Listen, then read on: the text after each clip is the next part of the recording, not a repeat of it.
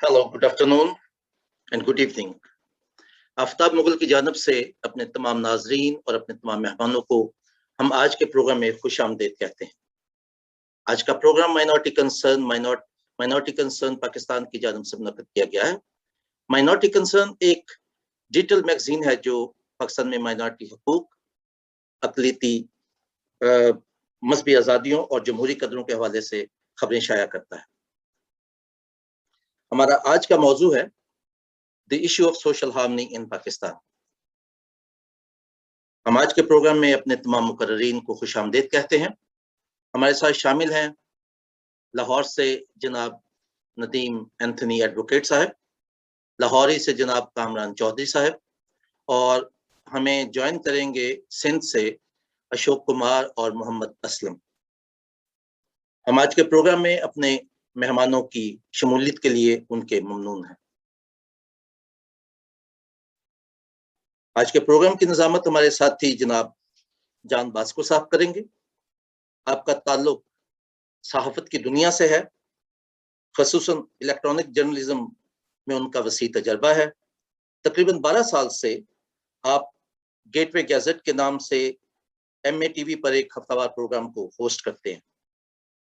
आप अपनी प्रोफेशनल जिम्मेदारियों के साथ साथ सहाफ़ती, मजहबी और समाजी सरगर्मियों में भी हमेशा पेश रहते हैं। उनकी मुआवनत करेंगे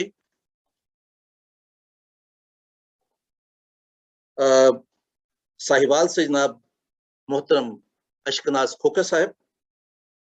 आप इंसानी हकूक के कारकुन हैं। तकरीबन 15 साल से आप सिविल सोसाइटी सेक्टर से मुंसलिक हैं। सेंटर फॉर सोशल जस्टिस के अलावा मुतअद्दिद ऑर्गेनाइजेशन के साथ मुख्तलिफ हैसियतों से काम करते हैं। इसके अलावा आप एक्टिव यूथ ग्रुप के जनरल सेक्रेटरी भी हैं। हम जान बास्को साहब और अशकनाज साहब को भी प्रोग्राम में खुश आमदीद कहते हैं। अब मैं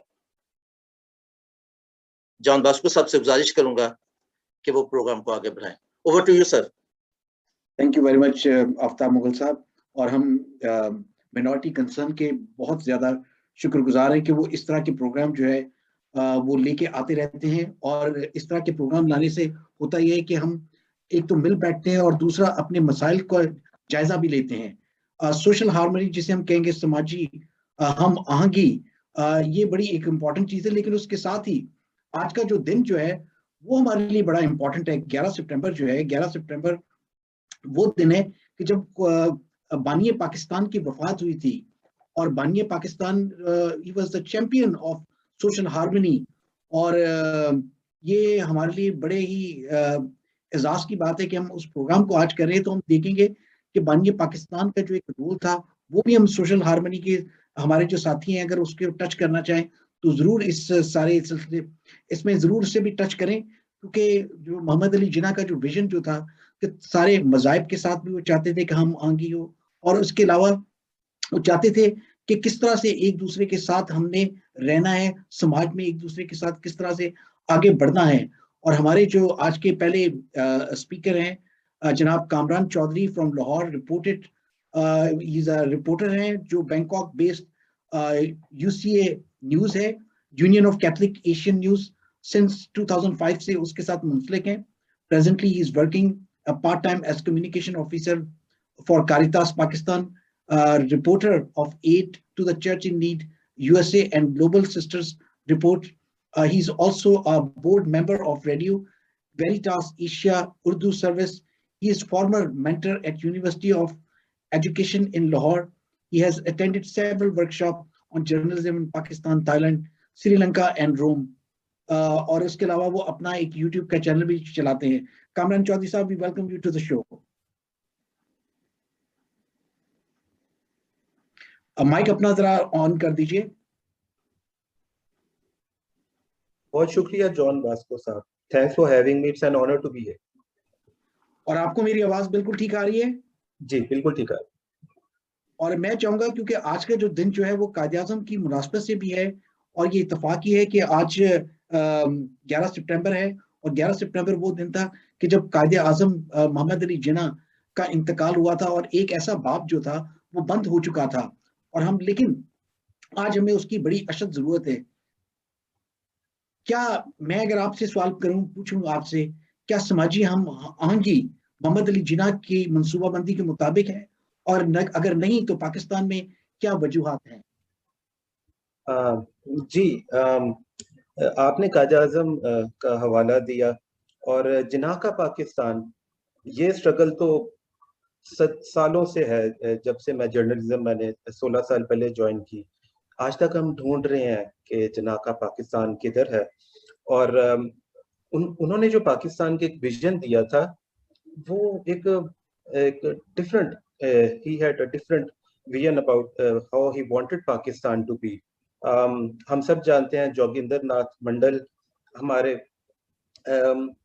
कश्मीर कमेटी के चेयरमैन थे, और ये बड़ी एक अजीब सी बात है। आई मीन जस्ट इमेजिन कि एक हिंदू कश्मीर कमेटी का चेयरमैन हो गया। उसके अलावा वजीर खारजा एक ऐसे मजहब से थे जिनका नाम लेना भी कंट्रोवर्शियल हो चुका है, उनके बारे में बात करना भी। ऑफ कोर्स मैं अहमदीज की बात कर रहा हूँ। तो और ये जो उन्होंने एक विजन दिया था, अब हम उससे पाकिस्तान का प्रॉब्लम ही यही है, जो मुझे लगता है कि हम जो ओरिजिनल विजन था हमारे फाउंडिंग फादर का, हम उसे इनहराफ कर चुके हैं। अम, मुझे लगता है कि कलीसिया हमारी माँ है। डेफिनेटली हम कैथोलिक। तो एक तो माँ वो है जिसने हम मुझे मसीह ईमान दिया, लेकिन रियासत भी माँ की तरह होती है। और लेकिन अफसोस कि हमें साबित करना पड़ता है कि हम भी उसी तरह वफादार शहरी हैं, उसी तरह इक्वल सिटीजन हैं जिस तरह के मेजॉरिटी के मजहब के लोग हैं। मुझे बड़ी खुशी थी जब मैंने देखा कि पैनलिस्ट में से एक हमारे मुस्लिम भाई हैं। आई विश के अगर वो होते तो हम अपने दिल की बात खुल के उनके सामने रखते कि जिस किस्म की स्ट्रगल हम फेस करते हैं to be you know an equal Pakistani, और अपने राइट्स के लिए सोशल हार्मनी का टॉपिक आपका बहुत टाइमली टॉपिक है। और आज की डेट आपने कायद आज़म का हवाला दिया, मैं आपको एक और हवाला देता हूँ। सितंबर 11, सारी दुनिया इससे वाकिफ है कि सितंबर 11 को ट्विन टावर्स पे क्या हुआ था। और मुझे लगता है कि इंसानी तरक्की के लिए हमने जितने भी रिसोर्सेज इकट्ठे किए थे, वो सितंबर 11 के बाद डायरेक्शन चेंज होगी। वो सारे रिसोर्सेज वॉर ऑन टेरर, और इसी दहशतगर्दी को लड़ते लड़ते 20 साल, 2 decades हमने गुजार दिए वॉर ऑन टेरर में। And a lot has changed in these past 20 years। Airport पर जाएं, अब हमें जूते उतारने पड़ते हैं, हर जगह सख्ती हो चुकी है। बंदूकों के साए तले हमें इबादत करनी पड़ती है। दीवारें ऊंची होगी, पीसी होटल लाहौर की दीवार मेरे सामने ऊंची होगी, ऊपर खारदार तारें, सीसीटीवी, ये सारा कुछ इसके बाद हुआ। सो हारमनी के जो मानी हैं वो चेंज हो गए थे। हम सब बिशप जॉन जोसेफ शहीद की कुर्बानी को जानते हैं। उनके जाने के बाद एक बड़ा क्राइसिस था फैसलाबाद डायसिस में कि how to take the things forward. और फिर हमारे कार्डिनल जो उस वक्त बिशप थे, जोसेफ कूट्स, उन्होंने अपना एपिस्कोपल जो मोटो है वो हारमनी रखा था। हम मांगी चाहता हूं मैं, हम मांगी मेरी तमन्ना। तो ये गीत भी बड़ा मशहूर हुआ था। तो चर्च के मानों में जो हारमनी है वो सोशल से ज्यादा interfaith harmony, because of course one of the challenges we are facing is how to survive, amid increasing religious fundamentalism। मजहबी होना कोई बुरी बात नहीं है, मैं मजहबी लोगों के बिल्कुल भी खिलाफ नहीं हूँ। लेकिन इशू ये आता है कि क्योंकि देखिए हम माइनॉरिटी हैं, और सारे सोशलिस्ट यही कहते हैं कि जहाँ पे माइनॉरिटी कम्युनिटीज होती है वो अपने मजहब को, बड़े वैल्यूज को थामे रखती हैं। हमारा प्रॉब्लम ये है कि हमारे कंट्री में जो मेजोरिटी है, I think they are very insecure about their religion. उन्हें लगता है कि यार वो खतरे में रहते हैं, कभी बैरूनी साजिशें ना हो जाए। और वो बजाय इसके कि माइनॉरिटी को अपनी फिक्र होनी चाहिए, ज्यादा उनको फिक्र है। तो we are always interfaith harmony हर डायसिस में आपको नजर आएगी। वो एक अलग बहस है कि वो उनकी क्या अचीवमेंट है, कितने कामयाब रहे, कितनी नहीं रहे, लेकिन ये एक जरूरत बन चुकी है हमारे सर्वाइवल के लिए। सोशल हारमनी हमारे लिए एक रोज की स्ट्रगल है, और बीइंग एक माइनॉरिटी कम्युनिटी से होना हमारे लिए बिजनेस करने से लेकर रोजमर्रा के कामों में हर जगह एक तो स्ट्रगल ये कि of course we are a third world country, और दूसरी स्ट्रगल ये कि हमें एक ऐसे माइंडसेट के साथ हमें डील करना पड़ता है। We have to be very careful in what we think. मैं 16 साल से चर्च के लिए लिख रहा हूँ, एंड यू नो यहाँ पे मजहब को लेके लोग कितना सेंसिटिव हो जाते हैं, हर चीज को मजहब की ऐनक लगाकर देखा जाता है, तो वो अल्फाज चुनने बड़ा मुश्किल हो जाता है ताकि जिससे कोई किसी की दिल आजारी ना हो। तो जर्नलिज्म में पीस जर्नलिज्म भी है, वॉर जर्नलिज्म भी है। तो लेकिन मसला यह है कि इस किस्म की खबरें ढूंढना बड़ा मुश्किल है इस कंट्री में। 2016 में मैंने एक स्टोरी की थी गोजरा में। हमें पता है कि गोजरा में किस तरह हमारी बस्ती चलाई गई थी, जिंदा चला गया था मसीहियों को। तो वहां पे 2016 में मैंने खबर लिखी कि मुस्लिम्स ने मदद की मकामी मसीहियों की एक चर्च की तामीर में, उसको बनाने के लिए। और फिर बीबीसी की एक रिपोर्टर ने मुझे राब्ता किया, और फिर वो ये आज भी आप बीबीसी उर्दू की वेबसाइट पर देख सकते हैं कि Muslims build church for Christians. तो ये एक बड़ी जबरदस्त स्टोरी थी। इस किस्म की स्टोरीज की डिमांड बहुत है, लेकिन प्रॉब्लम ये है कि इसको ढूंढना बड़ा मुश्किल है, क्योंकि इतनी सारी नेगेटिविटी में पॉजिटिविटी ढूंढना। और लेकिन मेरा ख्याल है कि यही मिशन है, being an activist, being a journalist. और जर्नलिज्म तो है ही एक्टिविज्म, अगर उसको सही तरीके से समझा जाए, किया जाए। So I am very excited to hear how other panelist you know how what they say about this. Thank you. चले हम आपकी तरफ दोबारा आते हैं, और हमारे साथ एडवोकेट साहब हैं, और मैं चाहूंगा कि उनका इंट्रोडक्शन जो है वो, तो फिर उसके बाद Nadeem Anthony advocate. Thank you very much John Bosco साहब, आपने मुझे मौका दिया। पहले मैं बात को कंटिन्यू करना चाहूंगा। थोड़ी सी जो बात अभी तमहीद कारमान चौधरी साहब ने बांधी है कि साहिवाल के अंदर अभी रिसेंट एक वाकया हुआ है। 8 साल लीजा बच्ची का एक मुस्लिम शख्स ने रेप किया है, और उनकी फैमिली इस कदर गरीब और इस कदर वो बेशोर फैमिली थी कि वो पर्चा तक दर्ज नहीं करवाना चाह रहे थे, और उनको कुछ गैरत का चढ़ा हुआ था कि शायद हम गैरत में मुब्तला, हमें ये पर्चा रजिस्टर नहीं करवाना। लेकिन वहाँ की जो मकामी मुस्लिम कम्युनिटी थी, क्योंकि वो एक वाद क्रिश्चियन का था, लेकिन वहाँ पर जो मकामी मुस्लिम लोग थे उन्होंने पुलिस को बुलाया। उन्होंने इस क्रिश्चियन फैमिली को हौसला दिया कि हम आपके साथ हैं, आप इस केस को रजिस्टर करवाएं और आप पुलिस के पास लेके जाएं। तो तब वो मुस्लिम कम्युनिटी ने इतनी ज्यादा हार्मनी दिखाई इस क्रिश्चियन फैमिली के साथ कि वो बंदा जो अरेस्ट हुआ है, और उसके अंदर बहुत अच्छा एक मैसेज जो साहिवाल से गया है वो वहाँ की मुस्लिम कम्युनिटी का था। और जब मिनिस्टर साहब आए हैं साहिवाल के अंदर उस बच्ची को विजिट करने के लिए, तो सबसे आगे वो मुस्लिम कम्युनिटी थी जो उनको सारा वाक्य दिखा रहे थे, और उनको बता रहे थे कि हम इस फैमिली के साथ हैं, हम इस फैमिली को यहाँ से जाने नहीं देंगे, हम इनकी बल्कि हर तरह से माली मदद करने के लिए भी यहाँ पर तैयार हैं। तो ये एक सोशल हार्मनी के हवाले से जो नॉट कंसर्न टॉपिक रखा है। तो अभी मैं अपने अगले नेक्स्ट पैनलिस्ट की तरफ बढ़ना चाहूंगा। हमारे साथ मौजूद है सर नदीम एंथनी साहब, एडवोकेट है जो, और एक प्रोमिनेंट लॉयर है पाकिस्तान के अंदर, ह्यूमन एक्टिविस्ट भी हैं। आसफा जहांगीर लीगल एड सेंटर के साथ इन्होंने काम किया है, क्लॉस के साथ चल रहे हैं, HRCP के साथ इन्होंने बड़ा अच्छे तरीके से काम किया है। और खास तौर पर जो इनकी जो ज्यादातर जहाँ देखा जाए 2007 के अंदर जमहूरियत के फरोग के लिए इन्होंने अपने आप को पाबंद सलासल जाने दिया, जब मुशर्रफ ने आकर इमरजेंसी मुल्क के अंदर नाफिज की, तो ये एज ए रेबेलियन के तौर पर डिक्टेटर के सामने आए ताकि जमहूरियत का फरोग हो सके। और ख़ास तौर पर जो है कि इनका जो ख़ास काम रहा है कि आसिया बीबी का जो हमारा हाई कोर्ट के अंदर केस ले जाने के लिए इनका बहुत बड़ा हाथ था इस हवाले से। तो सर हम आपको वार्मली वेलकम करते हैं इस प्रोग्राम में, मिनॉरिटी कंसर्न्स के प्रोग्राम के ऊपर। और सर हम आपसे पूछना चाहेंगे, जिस तरह से कारमान चौधरी साहब ने भी हमें बताया है कि पाकिस्तान के अंदर सोशल हार्मनी जो थी वो एक वक्त था जब बहुत ज्यादा थी, जब हम देखा जाए, क्योंकि पाकिस्तान जो था वो मिनॉरिटीज ने बनाया था। तो आपकी नजर के अंदर पाकिस्तान का जो सोशल हार्मनी है, इसकी अब रेशियो को अगर आप देखते हैं, क्या हमारा मुल्क जो है सोशल हार्मनी को एक्सेप्ट करने के लिए जा रहा है? क्या ये रिस्पेक्ट फॉर कोएग्जिस्टेंस के ऊपर बिलीव करता है?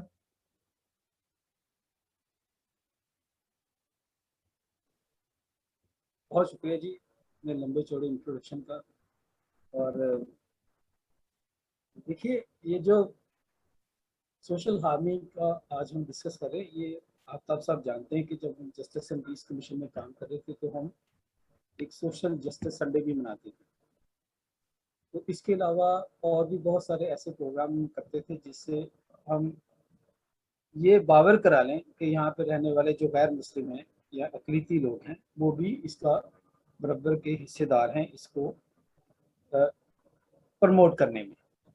तो अगर हम अपना बीइंग एन एक्टिविस्ट और जो एज ए लॉयर और जो हमारी मजलूम मसीही कम्युनिटी है उसके साथ काम करते हुए मैं जो रोज़मर्रा देखता हूँ या देखते आ रहे हैं, ये जो सोशल हार्मनी वाला सब्जेक्ट है ये बिल्कुल रिलेटेड है मज़हब के साथ। अब चूंकि यहाँ पे मज़हब और सियासत एक मिक्स हो चुके हैं, किसी को ये नहीं समझ लगती मजहबी मामला कौन सा है और सियासी मामला कौन सा है। उठा के हर बात को हम एक मजहबी इशू बना के तो उसकी सारी जो कोई हल निकलना होता है उसको खराब कर लेते हैं। हमारे यहाँ जो फुकदान है या जो चीज़ों का हेर फेर हो रहा है वो एक बड़ी गैर जिम्मेदारी और बददियानती से मज़हब का गलत इस्तेमाल किया जा रहा है सोशल हार्मनी के इश्यूज में। देखिए बड़ा सिंपल मैटर है, एक यहाँ पे पाकिस्तान में कोई ऐसी आबादी या क्रिश्चियन कम्युनिटी या एरिया ऐसे नहीं जहाँ पे मुस्लिम और क्रिश्चियन इकट्ठे नहीं रहते। हमें हार्मनी किन से चाहिए या हमें हार्मनी हमारे दरमियान किन लोगों के पास होनी है? ज़ाहिर है कि जो लोग जो दो कौमें इकट्ठी रह रही हैं उनके दरमियान होनी है। हमारा जो इशू है वो रिलीजन से शुरू होकर रिलीजन पे ख़त्म हो रहा है। तो जब तक ये मुआजना या ये फ़र्क सामने नहीं आएगा उस वक्त तक ये सोशल हार्मनी का शायद हम अगले 70 साल और भी लगा लें या इससे ज़्यादा भी टाइम लगा लें तो ये मसला कभी हल नहीं होना। हाँ, बहैसियत कौम जो काम हो सकता है, देयर आर काफ़ी सारे ऐसे रास्ते हैं, काफ़ी सारे ऐसे ज़रिए हैं जिनके ज़रिए सोशल हार्मनी जो है वो कायम की जा सकती है। लेकिन चूँकि यहाँ पे इंटरेस्ट ज़्यादा मजहबी होने का होता है बजाय कि हम कोई कौमी तौर पर या एक होके कोई ऐसा रास्ता अपनाएं जिससे हमको ये बात ज़रूर देख लें कि इससे जो हम यहाँ पे रहने वाले हैं उन सब का भला होगा या नहीं होगा। हमें जो वेस्टर्न इंटरेस्ट है वो बलाए ताक रख के एक साझी सोच, एक कौमी सोच और एक जो होना है उस पर गौर करना होगा। तो फिर ये हम सोशल हार्मनी है इसके पास शायद चले जाएं लेकिन शायद मुकम्मल तौर पे इसका वो टेस्ट जो है ना वो ना कर सके। तो इसलिए ये जो एक पॉजिटिव बात ये है कि ये कई जगहों पे ऐसा है, हम ऐसे दोस्तों हमारे इर्द गिर्द दोस्त हैं कहीं, जैसे अभी आपने मिसाल दे दी कि वो जो मुस्लिम बरादरी है साहिवाल में उन्होंने आगे आके तो वो कहा जी हम करेंगे। तो काफ़ी ऐसे पॉजिटिव चीज़ें हैं जहाँ पे अगर थोड़ा एक ध्यान दिया जाए या जो हमारे पास ज़राए हैं सोशल मीडिया के या टीवी के उनका इस्तेमाल करके एक कैंपेन करके या एक तरीका अपना के तो ये वाली जो सोशल हार्मनी की इम्पोर्टेंस है, अहमियत है, उसका बयान किया जा सकता है। अभी इसी सवाल को मैं थोड़ा सा आगे लेके जाना चाहता हूँ। अभी आपने कहा कि एक मुआशरे में अमन की फिजा और भाईचारे की फिजा को फरोग देने की जरूरत है, जो आपकी बात से मुझे लगा। लेकिन आप क्या समझते हैं कि इसमें हुकूमतों का और रियासतों का क्या किरदार होता है कि अपने मुल्क के अंदर सोशल हार्मनी के फरोग के लिए वो कैसे इकदाम लेकर आए मुल्क के अंदर ताकि जो वहाँ के लोग हैं, जो वहाँ के शहरी हैं, वो एक दूसरे के मज़ाहब का एहतराम कर सकें?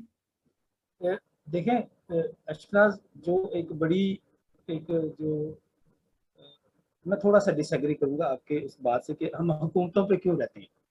देखिए हमारा जो माशरा है ये काफ़ी स्ट्रॉन्ग इसकी जो है रूट्स हैं। देखिए हमारे यहाँ कोई मेहमान आते हैं या हम किसी को कोई बुलाते हैं तो हम एक इज्जत देते हैं। तो हम जो ये गवर्नमेंट पे जो चलना है ये छोड़ दें। देखिए ये भी एक कोशिश है ना, जैसे अब ये आफ्ताब साहब ने ये ऑर्गेनाइज किया है कि हम चंद साथी इकट्ठे होके एक राय आमा कायम करना चाह रहे हैं कि सोशल हार्मनी कितनी इंपॉर्टेंट है। तो इस तरह की अगर जो कोशिशें जुड़ती रहेंगी तो ये सारा काम होता रहेगा। अगर हम हुकूमतों पे रहेंगे तो मेरा ख्याल है कि जो हुकूमतों का एक जो एजेंडा होता है वो तो उस पर कभी आते ही नहीं है। जो कैंपेन वो अपने जो उनका मैनिफेस्टो होता है, पार्टी का जो मंशूर होता है वो अपने जो उसमें लाते हैं उस पर तो कभी वो आए नहीं।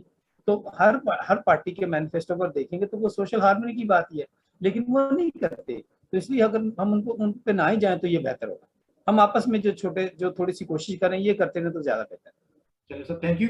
कामरान चौधरी साहब, कामरान साहब मुझे बताइएगा, क्योंकि आप एक यंग लॉयर भी हैं और आपका एक वास्ट एक्सपीरियंस भी है लिखने का, और आप लाहौर के अंदर बहुत सारे हालात देखते हैं। शीरा कोर्ट का भी वाकया आपने देखा, रिसेंटली आप बता रहे कि आपने गोरजा के ऊपर भी रिपोर्टिंग की है और जोसेफ कॉलोनी के सानिया, योहानाबाद के सानिया को आपने बहुत करीब से देखा है। तो मुझे बताइए आप एक लॉयर, एक जर्नलिस्ट के तौर पर आप जब ये चीजें देखते हैं तो आपके पास अभी ज्यादा जो सोशल हार्मनी के हवाले से जो चीजें आपको नजर आ रही है पाकिस्तान में कि इनको अभी तकवीत मिल रही है और अगर इन चीजों के ऊपर तवज्जो दी जाए, एनजीओ सेक्टर्स के लोग या हुकूमती इदारे जो इन चीज़ों को आगे बढ़ाएं, तो इससे जो है रिस्पेक्ट फॉर अदर बिलीफ एक जो वो एक इस चीज़ को तरवीज मिलेगी। और दूसरी जो मुझे खास बात आपसे पूछनी है कि आपके पास आजकल एक जो खास हम देखते हैं कि जर्नलिस्ट के पास एक ताकत है और जो सुतून है वो रियासत का एक मीडिया है। क्या आप नहीं समझते कि हमारे जो जर्नलिस्ट को है वो सोशल हार्मनी के हवाले से ज्यादा से ज्यादा स्टोरीज सामने लेकर आनी चाहिए ताकि इससे अमन का फरोग मिले? जी अशनाज, थैंक यू। मैं थोड़ी सी तस्दीक करना चाहता हूँ, I am not a lawyer, I am just journalist. Okay, जहाँ तक बात है हमारे भाई नदीम एंथनी ने की कि कम्युनिटी लेवल पे बड़ा स्कोप है, क्योंकि हम बरादरियों में रहते हैं, जाहिर है सोशल है तो जाहिर हमने रहना ही है। सो कम्युनिटी लेवल पे छोटे छोटे स्टेप्स, मैं काफ़ी एनजीओज के साथ मैंने काम किया है इन 16 साल में, जो कि सोशल एक्शंस प्लान करते हैं। अच्छा, इन सोशल एक्शंस में होता क्या है? स्पोर्ट्स इवेंट्स होते हैं, रिलीजियस जो सेलिब्रेशंस हैं, ईद, त्यौहार, क्रिसमस, ईस्टर इकट्ठे मनाए जाते हैं। ये एक खुशियां इकट्ठे, हम अपने जिंदगी क्या है, गम है या खुशी है, तो वो अगर इकट्ठे हम शेयर करें तो ये चीजें करीब ला सकते हैं। फिर जो टर्म्स हम इस्तेमाल करते हैं मजहबी तौर पे, अगर हम वो टर्म्स इस्तेमाल करें जो इस्लाम में भी काबिल कबूल है और हमारे लिए भी, तो इसमें कोई बुरी बात नहीं। मैं आपको मिसाल देता हूँ, आजकल मुकद्दसा मरियम की ज़ियारत चल रही है मरियाबाद में, हम सब जानते हैं 10 से लेकर 11-12 तक। तो अगर बीबी मरियम कहा जाए तो मेरा नहीं ख्याल कि इसमें किसी के भी दिल आज़ारी होती है या ये गलत बात है। और ये टर्म इस्तेमाल करते थे हम, मेरे पास मिसाल मौजूद है, मैं आपको दे सकता हूँ। Late Bishop Andrew Francis of Multan, Bishop Andrew Bibi Maryam कहना ज्यादा पसंद, मैं जब भी उनसे बात करता था वो इस किस्म की टर्म्स इस्तेमाल करते थे, because he knew how to deal and survive in this country. उसके अलावा वो रोजा रखा करते थे रमजान के महीने। जस्ट इमेजिन, एक कैथोलिक बिशप रोजा रखते, रोजा क्रिश्चियनिटी में भी है, उनमें भी है, कॉमन है। तो why don't we use such terms which can bring both communities closer to each other? शायद आप लोग इस बात से डिसएग्री करें, लेकिन एक हमारी जो बड़ी अचीवमेंट रही है इन 74 सालों में, वो ये कि जी हम ईसाई से मसीही हो गए और हमने एक कानून पास करवा लिया। मुझे नहीं पता आप लोगों की इसके बारे में क्या राय है, बट आई थिंक ये बिल्कुल ऐसे ही है जैसे आपने पंजाब पुलिस की जो वर्दी है वो ग्रे और येलो से हरी कर दी। क्या इससे पंजाब पुलिस के एटीट्यूड में कोई तब्दीली आई है? वो एक मजाक है, कहते भी है ना, पुलिस जहाँ की भी हो होती पंजाब पुलिस ही है। तो मुझे नहीं लगता कि वो इन चीजों से कोई फर्क, हाँ ठीक है, इससे दिल को तसल्ली हो गई, हम मसीह हो गए, लेकिन क्या इससे हमें नौकरियां मिलनी शुरू हो गई हैं, या ये करने से हमें? और फिर अगर वो जो हमारी मुस्लिम कम्युनिटी है, अगर वो हमें ईसाई कहते थे, तो वो जो इस्लाम में कुरान में एक टर्म अगर वो इस्तेमाल करते हैं तो इसमें कोई, मुझे नहीं लगता कि कोई बुरी बात है अगर वो अपने मजहब को फॉलो करते हुए हमें किसी भी टर्म से पुकारते हैं।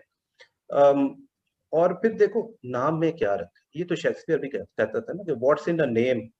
तो हमें उन चीजों की तरफ जाना चाहिए जो कि हमें प्रोग्रेसिव, जिससे आगे हम बढ़ सकते हैं, बजाय इसके कि हम बस एक और मिसाल आपको बड़ी जबरदस्त देता हूँ, NWFP, north west frontier province, आपने केपी के नाम रख दिया, क्या फर्क पड़ा? कोई फर्क नहीं पड़ा, चीजें वैसे की वैसे ही हैं। सो कॉमन टर्म से आगे बढ़ के मीडिया के हवाले से बात करते हैं। देखिए, अगर हम 5% कोटे की बात करते हैं जॉब में, एजुकेशन में, पंजाब में तो 2% हो चुका है, उसके इम्प्लीमेंटेशन का थोड़ा मसला है, लेकिन और इसी तरह 5%, तो why not on media? Prime time में हम क्यों नहीं 5% मीडिया पे अपना एक शेयर कर सकते, और हमारे जो माइनॉरिटी हिंदू या मुस्लिम पैनलिस्ट को क्यों नहीं हम नेशनल टीवी के ऊपर ला सकते? वहां पर भी 5% कोटा होना चाहिए। मेरा तो यही मुतालबा है आज के फोरम से। हम ये एक रिकमेंडेशन दे सकते हैं, खास तौर पे आजकल जब बात चल रही है मीडिया डेवलपमेंट अथॉरिटी, आप शायद जानते होंगे कि एक अथॉरिटी बनने जा रही है जो सोशल मीडिया और जिसके अंदर पैमरा और ये सारे जितने भी कवानीन है वो सारे जम होके एक अथॉरिटी बन रही है। तो इस फोरम की तरफ से मैं ये मुतालबा करता हूँ कि उसमें नॉन मुस्लिम्स के पोर्शन रखा जाए, जिसमें हम मीडिया पे हमारे स्पीकर आए और लोगों को पता चले। मैं आपको यकीन दिलाता हूँ, मैंने ऐसे ऐसे टूर्स किए हैं चर्चिज में, मंदिरों में, डाइवर्सिटी टूर्स में, पहली दफा जिंदगी में बच्चे चर्च जाते हैं, हमारे नौजवानों को पता ही नहीं है। वो एक तो सिक्योरिटी की सिचुएशन ऐसी है कि चर्च वाले वैसे ही नहीं हर किसी को अंदर आने देते, और इस किस्म के जो चीजें हैं ये इससे आप एक्सपोजर हो सकता है। और लास्ट एक जो मेरी रिकमेंडेशन है कि अपने माहौल का ख्याल, देखिए इस्लाम में लिखा है सफाई निस्फ ईमान है, और जब हम अपने माहौल का ख्याल रखेंगे, इस अवेयरनेस को उजागर करेंगे, तो माहौल में जितनी भी चीजें, उन सब चीजों का, जितने इंसान है, जितनी मखलूकात हैं, of course we are one human family, तो why don't we use these concepts to bring out social harmony? Thank you. Thank you very much Kamran, बड़ा मुस्बत आपने सारी चीज़ों को बयान किया। और मैं चाहूँगा कि नदीम एडवोकेट की तरफ मैं जाऊँ और उनसे मैं पूछूं कि हमें पाकिस्तान में समाजी हम आगे की ज़रूरत क्यों है? क्यों जब कायदे आज़म ने जब पाकिस्तान बनाया था तो उन्होंने कहा था कि जितने भी मज़ाहब हैं वो अपने अपने मज़हब में खुल के आज़ादी के साथ वो अपने मज़हब के प्रचार कर सकते हैं, किसी किस्म की कोई ऐसी चीज़ नहीं। तो हमें क्यों ज़रूरत पड़ रही है इस टाइम जो है मजहबी हम आगे की, और इसके क्या फ़ायदे हैं? जॉन साहब, ये काफ़ी सेर हाजिर डिस्कशन है। ये हम शायद हमारे पास इतना वो वक्त नहीं है कि हम इतनी डिटेल से इस पे बात करें, लेकिन इन शॉर्ट जो मैंने अपने जो तजर्बे के साथ एक एज ए कारकुन के तौर पे काम करते हुए देखा, जहाँ पे जो गैर मुस्लिम पाकिस्तानी हैं या अकलीतें हैं, वो उस समाजी इंसाफ का जो जो समाजी जो नाहमवारियाँ हैं उनका शिकार हैं, तो ज़ाहिर है वहाँ पे जो समाजी हम आहंगी है उसका फुकदान है, तो फिर ही वो मुतासर है। अब ये जो रिसेंटली एक मंदिर में वाक़या हुआ है, अगर वो मसला कुछ भी नहीं है, तो अब तक वो बात पहुंच चुकी हुई कि एक छोटे बच्चा एक लाइब्रेरी में घुस गया, तो जब उसे वो डराया गया तो उसका पेशाब निकल गया उस लाइब्रेरी में। मस्जिद में नहीं वो घुसता, एक लाइब्रेरी थी, साथ छोटी जगह थी, तो उससे देखिए वहाँ पे क्या से क्या हुआ। इसका मतलब ये हुआ कि वहाँ पे सिर्फ एक हम मस्जिद या मंदिर की बात ना करें, कामरान भी काफ़ी मिसालें दे रहा है, और आफ्ताब साहब भी जानते हैं जब हम जस्टिस एंड पीस कमीशन में काम कर रहे थे तो हमारे पास कितने ऐसे इश्यूज आते थे जो सारे ही समाजी आवांगी के इशू थे। तो ये जो सिलसिला शायद हम थोड़ा सा अगर तारीख के उस दौर को याद करें तो ये तो शुरू से ही हो चुका था। अगर ऐसी बात ना होती तो कायदे आज़म मोहम्मद अली जिन्ना को क्यों कहना पड़ता कि आप जो कुछ भी हैं ये आपका ज़ाती मामला है, जो मज़हब है ये इसको आप लागू नहीं कर सकते रियासती जो अमूर के दरमियान। तो ये वहाँ भांप लिया गया, जो हमारे फाउंडिंग फादर हैं उन्होंने भी भांप लिया कि यहाँ पे कुछ ऐसी फ़ज़ा है जिसमें ये कोशिश की जा रही है कि इसको प्योर इस तरह का बनाया जाए जिसमें ये कोई डिमांड ना कर सके कि ये जो समाजी हम मांगी ये भी कोई बड़ी अहम चीज़ है। तो ये एक सिलसिला है जनाब, ये कोई आज की बात नहीं है। और देखिए ये जो चीज़ें आज इस पे डिस्कस कर रहे हैं, ये हम शायद थोड़े से अच्छे लोग हैं भूल रहे हैं। हमने इतनी सख्त किस्म की और इतनी डिफिकल्ट और इतनी कह रहे हैं कि मुश्किल हालात में ये सारी चीज़ें देखी हुई हैं जिसको हम आज बयान कर रहे हैं। ये सिलसिला चलता रहेगा और ये चलता रहना है। समाजी आम मांगी का जो हम एक आज मुतालबा कर रहे हैं या आज हम सोच रहे हैं कि इसके फ़ायदे क्या होंगे, ये क्यों ज़रूरी है, तो जनाब ये इसलिए ज़रूरी कि जिस माशरे में हम रहते हैं वहाँ पे जो मजहबी इंतखाब पसंदी उतने ज़ोरों पे है कि हम कोई भी ऐसी बात करेंगे तो वो उसको उस जुमरे में ले लेंगे। इन्हें क्या ज़रूरत थी कि हमारे स्कूल ले लें हमसे? इन्हें इतना खौफ है या इतना डर है कि ये सोचते हैं कि शायद ये अपने स्कूलों में पता नहीं कौन सी तालीम दे देंगे और हमारे जो बच्चे हैं वो मुसलमान नहीं रहेंगे खुदा ना खास्ता। तो इसका मतलब ये हुआ कि ये जो फुकदान है, ये जो एक हम डिस्कशन कर रहे हैं, इसकी बड़ी शिद्दत से इसलिए जरूरत है क्योंकि ये यहाँ पे हालात पैदा कर दिए गए। किन्होंने किए, कैसे किए, ये आप सब भी जानते हैं। ये मैं आपसे चाहूंगा कि आगे मैं आपसे ये पूछना चाहूंगा कि मुझे बताइए कि हमने बात की थी कि लीडरशिप की बात की थी कि जो हमारी जो लीडरशिप है उसका क्या किरदार है, लेकिन मैं यहाँ पे आपसे ये पूछना चाहूंगा कि जो हमारी सिविल सोसाइटी है उसके किरदार को किस तरह से देखते हैं, सिविल सोसाइटी के किरदार को खासतौर पे मजहबी और या समाजी हम आहंगी में करीब लाने में उसके किरदार को कैसे देखते हैं? जान भास्कर साहब देखें, ये जो आज अगर हम थोड़ा सा सांस ले पा रहे हैं बड़े सुकून से, तो ये सिविल सोसाइटी का ही कमाल है।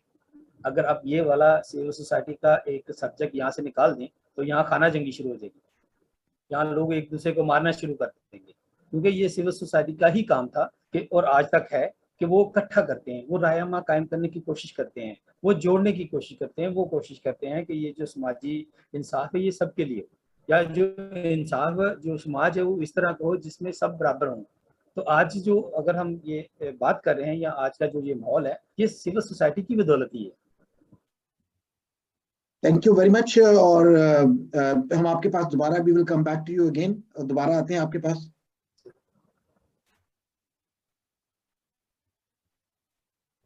और अक्ष। Yes sir. Over to you. Okay, thank you very much, thank you very much. मेरा अभी जो सवाल है वो है कामरान चौधरी साहब से।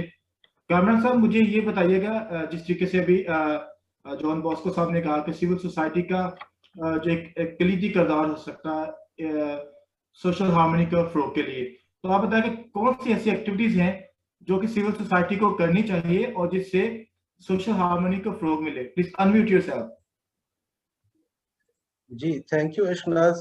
मैं नदीम एंथनी साहब की बात ही आगे बढ़ाऊंगा, क्योंकि उनसे सवाल किया गया था कि इसकी ज़रूरत क्यों है। देखिए, इसकी ज़रूरत इसलिए है ताकि हमारी जो फ्यूचर जनरेशन है वो यहाँ पर अमन और खुशहाली के साथ पाकिस्तान में रह सकें, पाकिस्तान को छोड़ के ना जाएं और यहीं पर मेहनत करें। और यही देखिए, हमारा कंट्री, हमारे बुजुर्ग यहीं पे दफन है। और हमने जो भी सीखा, हमारी, अगर मैं बाहर लिखता हूँ बाहर की न्यूज एजेंसीज के लिए, तो इसीलिए लिखता हूँ क्योंकि मैं पाकिस्तानी हूँ और मैं यहाँ की जो रियलिटीज है उनको पोर्ट्रे करता हूँ। आपने सिविल सोसाइटी की बात की कि क्या होना चाहिए। लाइक माइंडेड लोगों के साथ राबता रखे बगैर we can't survive. I am telling you, इस वक्त जो मैं एक चैलेंज देख रहा हूँ वो यही है कि हमारी जो मजहबी क़यादत है वो बहुत ज्यादा इंटरफेथ हार्मनी की एक्टिविटीज में तो इंटरेस्ट लेती है। और ये क्लरिक्स और प्रीस्ट्स सेमिनार भी करते हैं, which is one of the platforms के जिस तरीके से सोशल हार्मनी फैले, बहुत अच्छी बात है। लेकिन मुझे लगता है कि हम सिविल सोसाइटी से थोड़ा सा कटते जा रहे हैं, थोड़ा दूर होते जा रहे हैं। तो हालांकि बड़ी स्ट्रगल रही है, मैं जानता हूँ। आसमा जहांगीर जो है वो मीटिंग्स करती थी हमारे चर्च लीडर्स के साथ, फ्रांसिस्कन सेमिनरी, ये जो मेसन रोड पर लाहौर में है। तो कभी बड़ा जबरदस्त एक हमारे एक उनके साथ जॉइंट वेंचर होता था और इकट्ठे स्ट्रगल करते थे। लेकिन मुझे लगता है कि आहिस्ता आहिस्ता हम थोड़े दूर होते जा रहे हैं सिविल सोसाइटी से। और खास तौर पे जो राइट्स की बात है, क्योंकि आप जानते हैं कि हम जिस कंट्री में रहते हैं इट्स अ सिक्योरिटी स्टेट, और कुछ ऐसे इदारे हैं जो कि जब हम राइट्स की बात करते हैं तो वो मशकूक नजरों से देखते हैं, महकमा ज़राअत पीछे पड़ जाते हैं और फिर आपको क्लैरिफिकेशन देनी पड़ती हैं। तो राइट्स की बात करना, इसीलिए जो चर्च है वो अब राइट्स को डेवलपमेंट के कॉन्सेप्ट में देखता है। मैं कारितास में हूँ, मैं जानता हूँ कि डेवलपमेंट के ऊपर सारा फोकस डेवलपमेंट के ऊपर है कि किस तरीके से लाइवलीहुड में किसानों के साथ काम किया जाए, जो कि अगेन लाइवलीहुड में आप यकीन माने जितना स्कोप है सोशल हार्मनी का, इंटरफेथ हार्मनी का, शायद ही किसी प्रोग्राम में हो। क्योंकि जो लाइवलीहुड अपॉर्चुनिटीज और इनकम जनरेशन प्रोग्राम्स, ये चीजें हमें करीब ला सकती हैं। रही बात सिविल सोसाइटी की, आई बिलीव मीडिया के साथ एक बहुत करीबी ताल्लुक होना चाहिए चर्च का, इनफैक्ट जितनी भी रिलीजियस माइनॉरिटीज हैं, ताकि, और कई अखबारों की तो एक बीट होती है ना कि नॉन मुस्लिम्स को पोर्ट्रे करना है, माइनॉरिटीज के ऊपर फोकस करना है, तो उन्हें जरूरत है। लेकिन प्रॉब्लम यह है कि वो बेचारे किसके साथ लिंक करें। उनको ये हमारी जो भी रिचुअल्स हैं और हमारी प्रैक्टिसेस हैं, ये उनको समझाएगा कौन? ठीक है ना। तो ये हमारे लोगों का काम है कि हमें अपने लोगों को मीडिया के साथ बात किस तरीके से करनी है, ये बहुत ज्यादा जरूरी है। मुझे बड़ी खुशी होती है कि जब मैं देखता हूँ कि नकीब 92 ईयर्स का, if I am not wrong, हो रहा है इस साल। सबसे पुराना रसाला कैथोलिक चर्च का पाकिस्तान में। लेकिन मैं चाहता हूँ कि मैं नकीब के रिपोर्टर्स को प्रेस क्लब में देखूं और वो बाकी सहाफियों के साथ मिले और उनकी आपस में कोऑर्डिनेशन हो। हम बहुत ज्यादा लिमिटेड एक स्कोप है। आप यकीन माने आजकल जितना इंडोर रैलीज का सीजन है, चर्च गैदरिंग्स में चर्च कंपाउंड के अंदर ही चक्कर लगाते हैं और वो नारे भी लगाते हैं, लेकिन सड़कों पर नहीं निकलते। मैं समझता हूँ कि लिमिटेशंस हैं, खौफ है। कभी हम ओपन क्रिसमस रैलीज भी निकाला करते थे यहाँ वारिस रोड पर, बड़ी जबरदस्त रैली निकला करती थी, जो कि ट्रेंड कम हो गया अगेन ड्यू आफ्टर 9/11। तो लेकिन अब यही सारी एक्टिविटीज जो मीडिया में नजर तो आती हैं कि रैलीज निकल रही हैं, लेकिन वो सिर्फ चर्च के कंपाउंड के अंदर अंदर तक होती हैं। तो मेरा ख्याल हमें अपने सर्कल से बाहर निकलने की जरूरत है। और ये जो गैटो माइंडसेट है, देखिए मैं जानता हूँ, मैं नाम नहीं लूंगा, हमारे एक एक्टिविस्ट लीडर हैं, उन्होंने एक पाकिस्तान का कॉन्सेप्ट दिया था, शायद आपने सुनो पाकिस्तान के बारे में, कि पाकिस्तान के जितनी मसीह हैं उनको इकट्ठा करके एक रीजन में डाल दो और उसका नाम पाकिस्तान रख दें। तो ये बहुत खतरनाक बात है। हम इस तरह कैसे कट के दूसरों से रह सकते हैं? हम क्यों टारगेट बने बिल्कुल एक जगह पे इकट्ठे होके?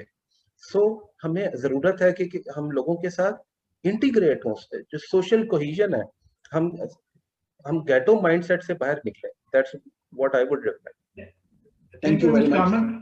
कामन, आपने भी एक बात की, नकीब के हवाले से बात की कि पाकिस्तान का एक जो है तारीखी रिसाला वो नकीब है। मैं चाहता हूँ वन वर्ड के अंदर इसको आप एक्सप्लेन करें। क्या आप समझते हैं कि नकीब के अंदर जितने भी जर्नलिस्ट हैं, जो उनके रिपोर्टर्स हैं, क्या उनको आजादाना तरीके से रिपोर्टिंग करने की इजाजत है? और उनका जो स्टाइल ऑफ रिपोर्टिंग है, क्या वो प्रोफेशनल है? मेरा ख्याल है शक्ल आप मुझे कारिता से आप नकीब का जिक्र किया, इस नकीब पर है। हाँ जी, ठीक है, ओके।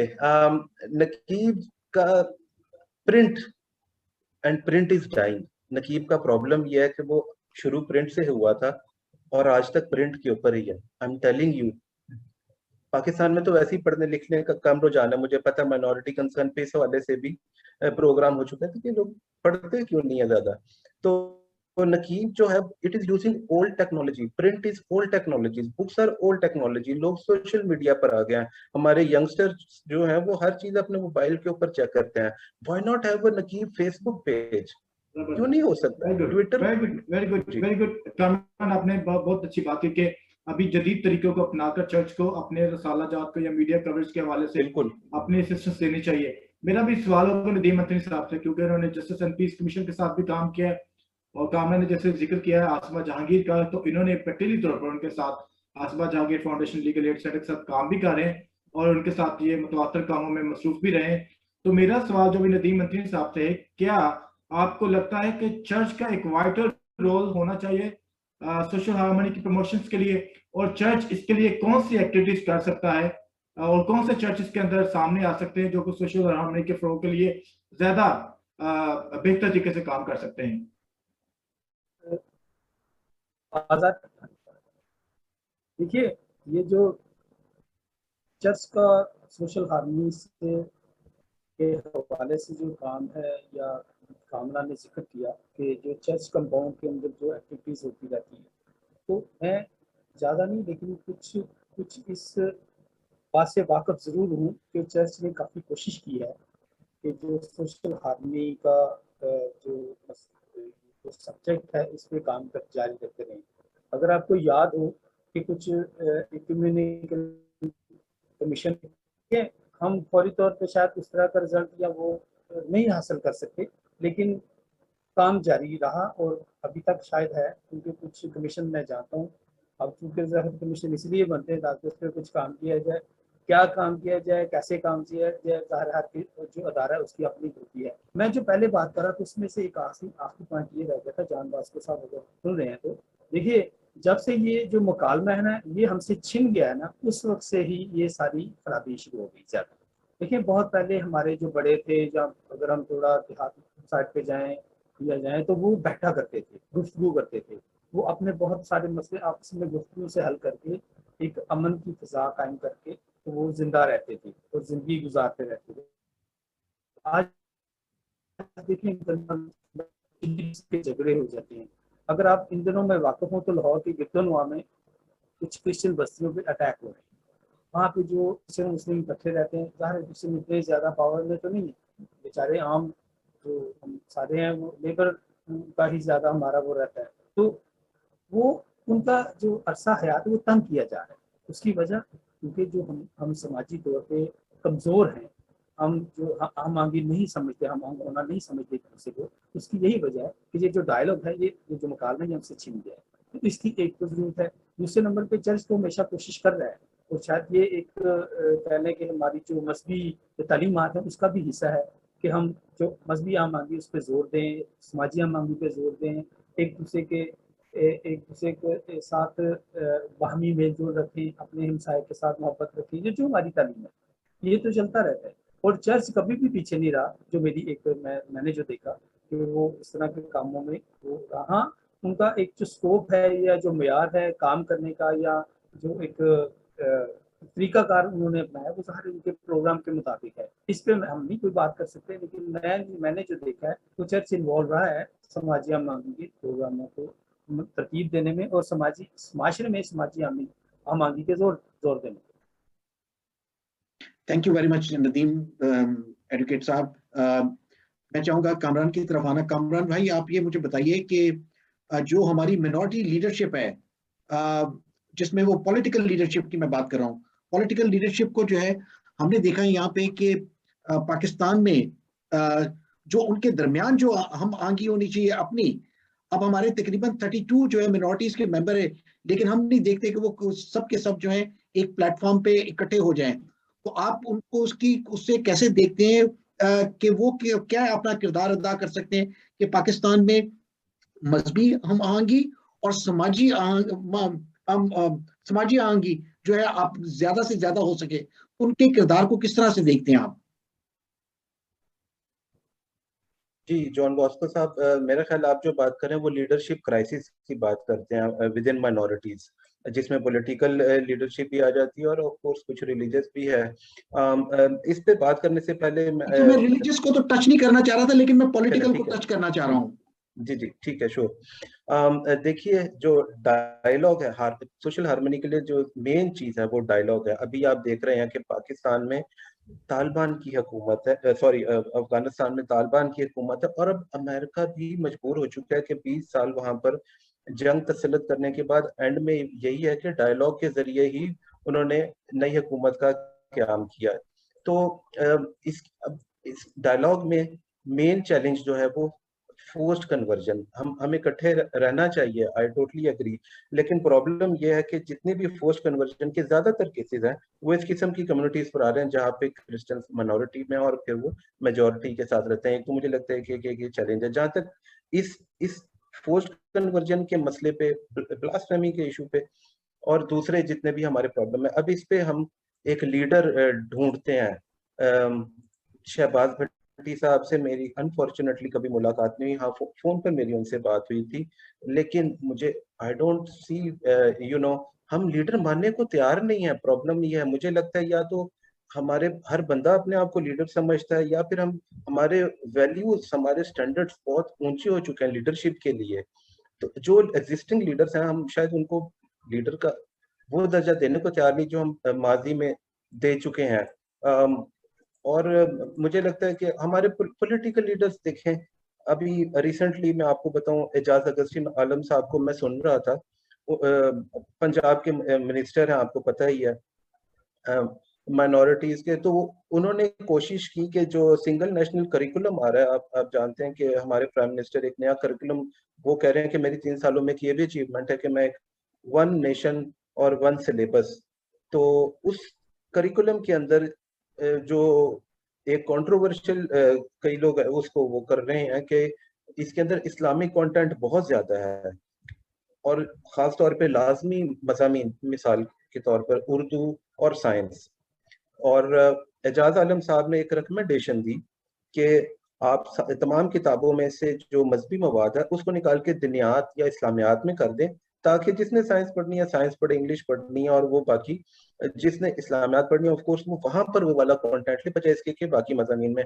उनके खिलाफ प्रेस कॉन्फ्रेंस शुरू हो गई थी एजाज अगस्टीन साहब के खिलाफ, जो पंजाब असेंबली के स्पीकर हैं। उन्होंने प्रेस कॉन्फ्रेंस की लॉबिंग शुरू की, उनको किसी ने मशवरा दिया कि आप जरा थोड़े दिनों के लिए आगे पीछे हो जाए।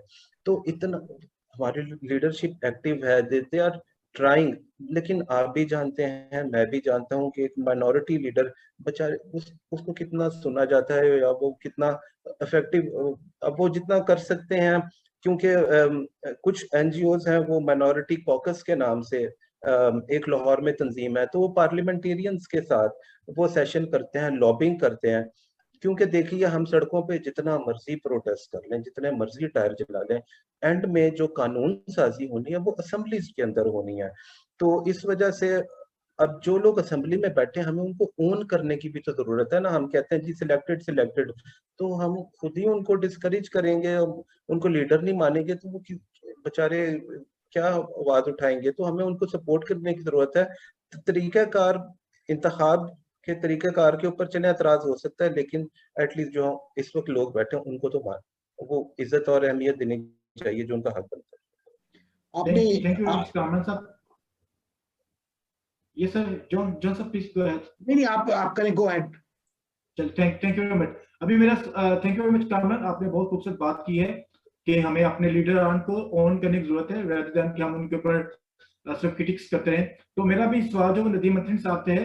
नदीम साहब, आप देखते हैं कि यहाँ पर जो 98% जो कम्युनिटी है वो आपको पता है कि मुस्लिम कम्युनिटी है, और वो एक जो वास्ट रिलीजन है पाकिस्तान का वही है। और जो यहाँ पर जो बहुत मायने तादाद में वो माइनॉरिटीज है, जो डिफरेंट रिलीजियस पीपल्स हैं, जो पाकिस्तान के गैर मुस्लिम शहरी हैं, वो अपने आप को ज्यादातर आइसोलेट रखते हैं मेन स्ट्रीम से। जिस तरीके से कामना ने कहा कि हमें जरूरत है कि हम जो है वो प्रेस में भी अपने लोगों को लेकर आए। इस तरह हम दीगर जगहों पर अपना 5% जो कोटा वो मांगे। अगर जो तालीम पे काम हो रहा है, बहुत सारी जगहों पे काम हो रहा है। तो मेरा सवाल जो आपसे बनता है, क्या एक आम गैर मुस्लिम शहरी जो पाकिस्तानी है उसको सोशल हार्मनी के फरोग के लिए किस तरीके से मुख्तलिफ जो पॉलिटिकल पार्टी हैं और जो मुख्तलिफ दीगर मजहबी जो इस्लामिक पार्टी है उनका हिस्सा बन के क्या वो सोशल हार्मनी के फरोग को तकवीत दे सकता है? साहब देखें, हम बार बार वही बात कर रहे हैं। पहली बात तो यह है कि जो हमारा जो एक फर्द है जो माइनॉरिटी कम्युनिटी से है, पहले जरा उसकी ज़हनी कैफियत देख लेना, उसकी ज़हनी कैफियत क्या है। वो बेचारे इस काबिल अपने आप को समझता है। देखिए, मैं एक पढ़ लिख के एक वकील बन गया, उससे पहले मैंने एक्टिविज्म किया। मैं आपको एक बात बताता हूँ, मैं जब बारहवीं में बैठा होता हूँ तो जो मेरा क्लास फेलो ना जिसके साथ मैं बैठा हूँ, तो उसे कहा जाता है यार तू चूड़े ना बैठा है।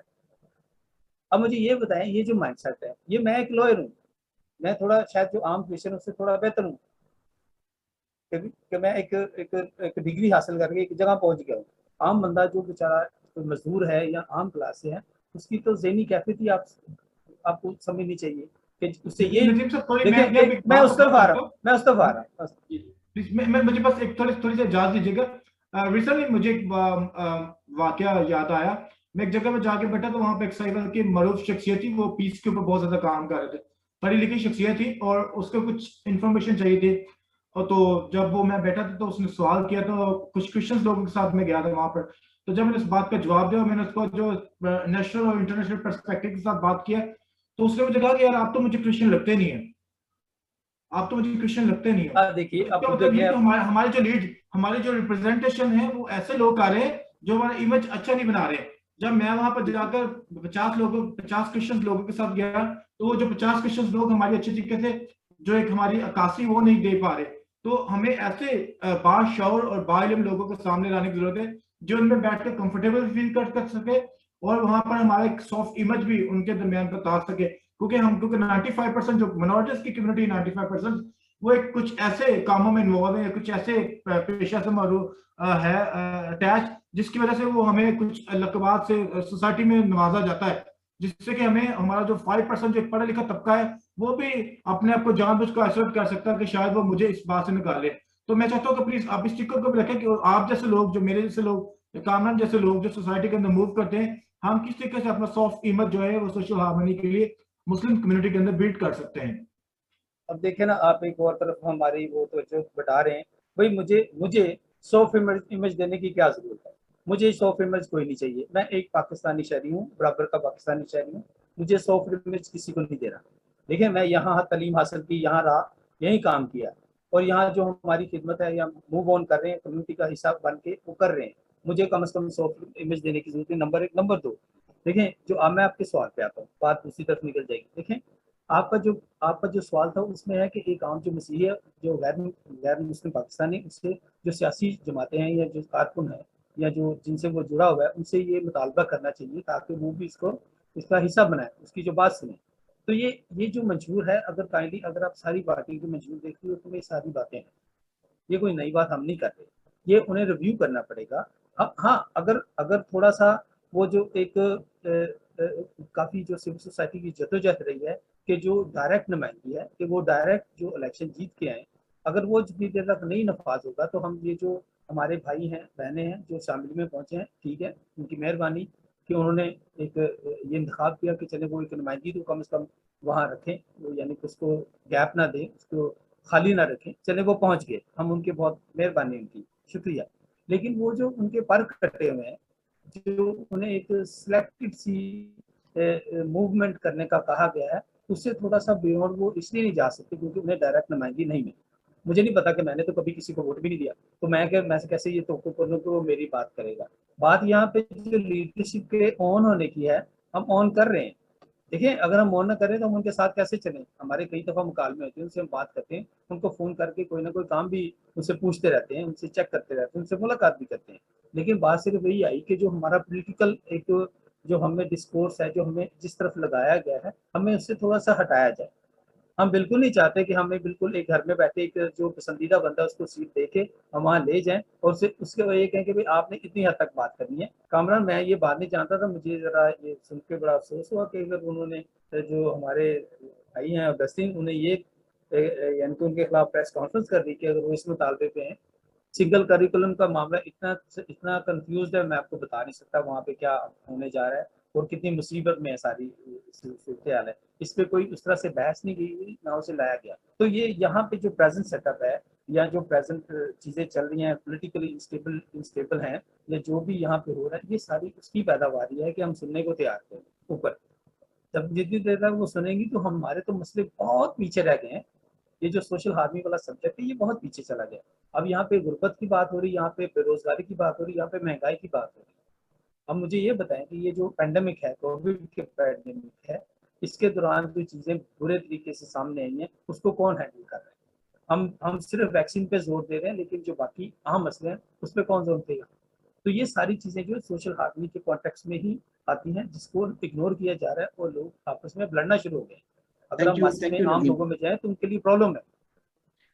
थैंक यू नदीम साहब, शुक्रिया आपका।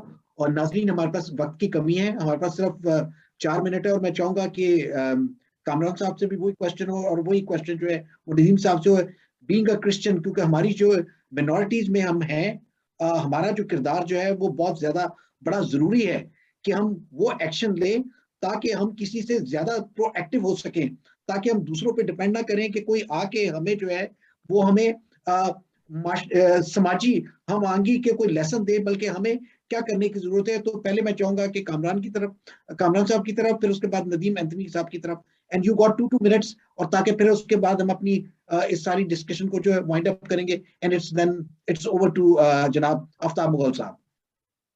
जी जॉन साहब, मैं अपना जो थोड़ा बहुत कंट्रीब्यूशन है मैं शेर के साथ एंड करूंगा कि जो सदाएं सुन रहा हूँ मुझे बस उन्हीं का गम है, तुम्हें शेर की पड़ी है मुझे आदमी का गम है, मैं हूँ शायर जमाना मेरा और है फसाना, तुम्हें फिक्र अपने घर की मुझे हर गली का गम है।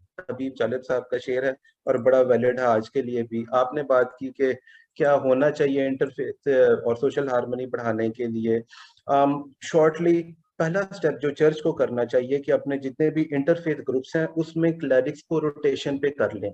आप यकीन माने मुझे कई क्लैरिक्स की तकारीर याद हो गई है कि उन्होंने किस तरीके से अपनी बात शुरू करनी है, क्योंकि हमें वही चेहरे नजर आते हैं बार बार जब हम चर्च की गैदरिंग्स में जाते हैं।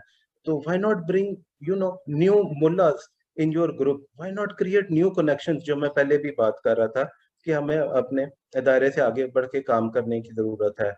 सो लास्टली हमारी जो आने वाले जनरेशन है उसके लिए ये सर्वाइवल का मसला है। We should take this issue social harmony very seriously.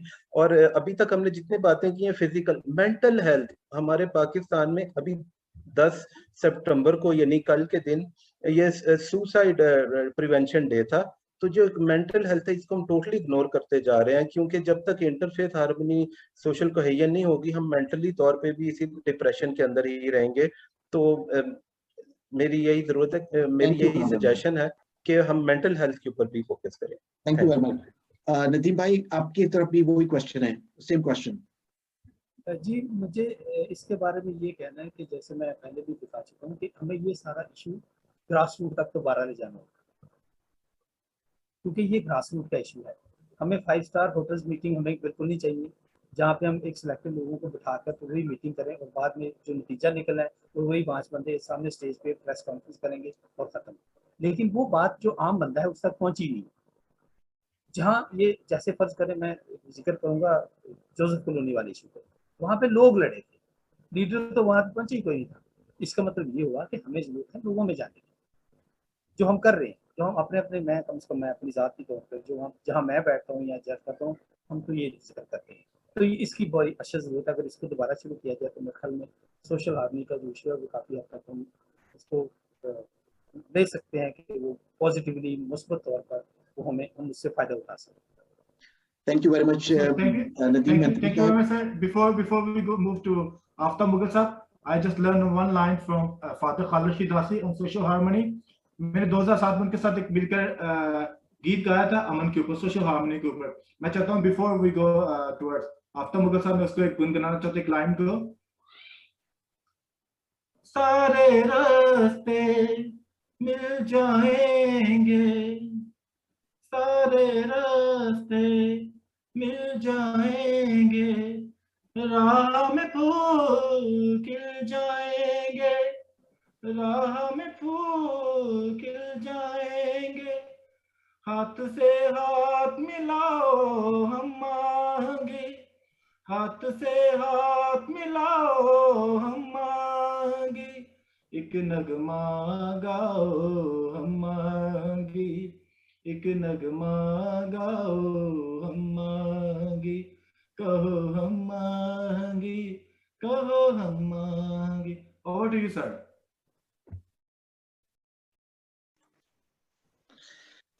Thank you very much John Bosco साहब और अशकनाज खोकर साहब। सोशल हार्मनी जो है वो किसी एक तबके या किसी एक कौम का मसला नहीं है। सोशल हार्मनी दुनिया भर में किसी भी मुल्क में रहने वाली तमाम कौमों का मसला होता है। बदकिस्मती से पाकिस्तानी सोसाइटी एक तकसीम शुदा सोसाइटी है, जो गरीब और अमीर में तकसीम है, जो लिबरल्स और कंजर्वेटिव्स में तकसीम है, जिसमें ताकतवर और कमजोर का मामला है। जो कमजोर अकलियतें हैं, मजहबी अकलियतें, सिर्फ वो अपने हकूक के लिए आवाज उठाते हुए नहीं पिसती, बल्कि आप देख लें कि जो लसानी अकलियतें हैं उन्हें भी रियासत से वही शिकायत है जो शिकायत हमें है। लिहाजा सोशल हार्मनी जो है उसको एड्रेस करने के लिए 5 जो फैक्टर्स हैं वो बहुत जरूरी हैं। Political leadership, religious leadership, media, civil society और इंटेलिजेंशिया। हमारी बदकिस्मती ये है कि हम पाकिस्तान को 2 हिस्सों में तकसीम कर सकते हैं, बिफोर ज़िया और post Zia. Before Zia society थोड़ी सी बेहतर थी, क्योंकि मैं उसी ज़माने में जवान हो रहा था, और ज़ियाउल हक के बाद की सोसाइटी जो है वो ज़्यादा कंजर्वेटिव हुई है, ज़्यादा नैरो हुई है, और ऑब्वियसली जो अकलियतें होती हैं वो अपने आप को ज़्यादा जो है वो कमज़ोर और गैर महफूज महसूस करती हैं। और यहाँ पे फियर फैक्टर बहुत इंपॉर्टेंट है। जो फियर फैक्टर है वो अकलियत को ज्यादा महसूस होता है और वो अपने आप को महफूज करने के लिए ज्यादा गेटवाइज्ड होती हैं। मैं यहाँ पे जो सजेस्ट करना चाहता हूँ वो ये कि जो हमारे सोचने समझने वाले लोग हैं, खा वो उनका ताल्लुक अकलियत से है या अक्सियत से, उन तमाम को आपस में मिलने की जरूरत है। और at the end of the day ये सोसाइटी का तो एक जिम्मेदारी है ही कि वो अपने अंदर समाजी हमांगी पैदा करे, लेकिन at the end of the day ये स्टेट की जिम्मेदारी होती है, क्योंकि अगर स्टेट की पॉलिसीज और लॉस वो एंटी पीपल होंगे तो फिर उस सोसाइटी में हमांगी पैदा नहीं होगी। और आप देख लें दुनिया भर में जहां जहां भी कौमें तरक्की याफ्ता हुई हैं, वहां पे जो स्टेट है उसने एक रोल प्ले किया है आम लोगों को करीब लाने के लिए। मैं मिसाल देना चाहता हूँ कि बास्को साहब और मैं इस वक्त इंग्लैंड से आपके साथ बात कर रहे हैं, तो यहाँ पे एक अकलियत का लफ्ज इस्तेमाल नहीं होता, स्टेट के लिए तमाम शहरी बराबर है, लेकिन उसके बावजूद स्टेट जो है यहाँ पे एक लफ्ज इस्तेमाल होता है BME community, black minority ethnic community. और ये बहुत जोर शोर से स्टेट कोशिश करती है, क्योंकि ब्लैक एथनिक माइनॉरिटी कम्युनिटी वो समझती है कि वो कमजोर है, वो दूसरों से थोड़ी पीछे है, इसलिए उनको तरक्की देने के लिए हमें प्रोएक्टिव रोल प्ले करने की जरूरत है। वो स्टेट की तरफ से होता है, उनकी जो ऑर्गेनाइजेशन उनके लिए काम करती है उनको ज्यादा फंडिंग मिलती है, वो कोशिश करती है स्टेट कि चेक किया जाए कि उनको जॉब्स जो हैं वो पीछे तो नहीं रह गए, उनको सेहत की सहूलतें बेहतर मिलती हैं, उनके इलाकों में सेहत के लिए ज्यादा प्रोजेक्ट्स चलाए जाएं। लिहाजा पाकिस्तानी रियासत को समझने की जरूरत है, at the end of the day ये स्टेट की जिम्मेदारी है कि अगर पाकिस्तानी रियासत समझती है कि उसे दुनिया में एक बाइज्जत मुकाम हासिल करना है, तो उसे अपनी जिम्मेदारी लेके पाकिस्तान में सोशल हार्मनी को पैदा करना होगा। इसके साथ ही मैं शुक्रिया अदा करना चाहता हूँ अपने आज के जो हमारे नाजरीन जिन्होंने हमें ज्वाइन किया, हमारे जो मुकर्रीन हैं कामरान चौधरी साहब और नदीम एंथनी, वो दोनों अपने अपने मैदान के शाहसवार हैं, मैं उन दोनों को पर्सनली जानता हूँ। कामरान से मेरी मुलाकात वैसे ऐसी नहीं है, लेकिन जब से उन्होंने यूकेन में लिखना शुरू किया है, मैं उनकी जितनी भी स्टोरीज होती हैं उनको बहुत ध्यान से पढ़ता हूँ। नदीम के साथ मुझे काम करने का बहुत मौका मिला है और मैं नदीम से हमेशा ही इंस्पायर्ड होता हूँ। वो बहुत ही जानदार किस्म की बात करते हैं और कोशिश करते हैं कि मसले को जो है वो तहवाला कर दें, ताकि जो है आने वाला दिन हमारे लिए एक खूबसूरत दिन हो। मुझे अफसोस है कि मोहम्मद असलम और अशोक कुमार साहब हमें सिंध से नहीं ज्वाइन कर सके, क्योंकि वो उनके इंटरनेट का मसला है वहाँ पे सिंध में, आपको पता है वो अंदरूनी सिंध से ताल्लुक रखते हैं जहाँ पे बिजली और इंटरनेट का हमेशा ही मसला रहता है। तो होपफुली वो आइंदा किसी प्रोग्राम में हमें ज्वाइन करेंगे। बहुत शुक्रिया अशकनाज खोखर साहब का, जिन्होंने आज के प्रोग्राम में जनाब जॉन बॉस्को साहब की मुआवनत की, और जॉन बॉस्को साहब आपका हमेशा की तरह बहुत शुक्रिया कि आपने इतने खूबसूरत तरीके से प्रोग्राम को आगे बढ़ाया, ताकि हम सब के लिए सीखने के बहुत से मौके पैदा हों। अगर प्रोग्राम में कोई कमी कोताही रही हो तो उसकी जिम्मेदारी मुझ पर है, और अगर प्रोग्राम कामयाब है, आपको अच्छा लगा, तो फिर credit goes to John Bosco और अशकनाज खोखर। इसके साथ ही हम आप सबसे इजाजत चाहेंगे, अगले प्रोग्राम के साथ आपसे फिर मुलाकात होगी। खुदावंद आप सबका हामी नासर हो। खुदा हाफिज, टेक केयर।